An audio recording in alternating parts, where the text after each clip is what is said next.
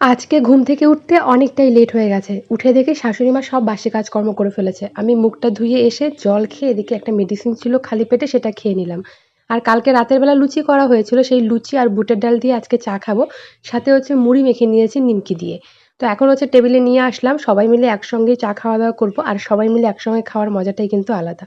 এদিকে আমি, আমার বর আর আমার শাশুড়ি মা ৩ জনই কিন্তু একসঙ্গে বসে পড়েছি। তারপর ঘরে এসে দেখি সোফার উপর অনেকগুলো জামাকাপড় ছড়িয়ে ছিটিয়ে আছে। কালকে কেচে দিয়েছিলাম, এগুলো শুকিয়ে গেছে। তাই ভাবলাম এগুলোকে বসে, বসে এখন টুকটুক করে ভাঁজ করে ফেলি।